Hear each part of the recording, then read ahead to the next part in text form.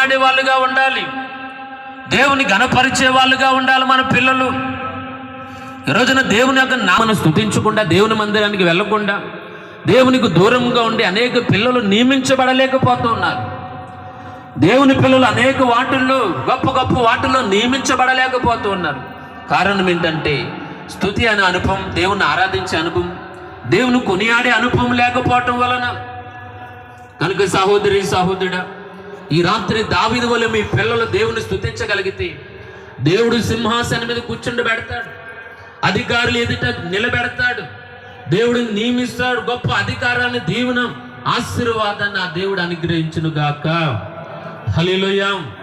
దావీదుకి తెలివి లేనప్పటికీ, దావీదుకి జ్ఞానం లేనప్పటికీ, దావీదుకి యుద్ధ నేర్పరం కాకపోయినప్పటికీ, ఒకవేళ డాలు లేపడమే చేత కానప్పటికీ, దావీదు దేవుడికి అవసరమై ఉన్నాడు.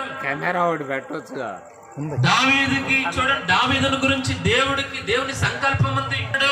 ఘనతను అట్లా నడిపించబడటం, తన జీవితంలో గొప్ప ఘనతని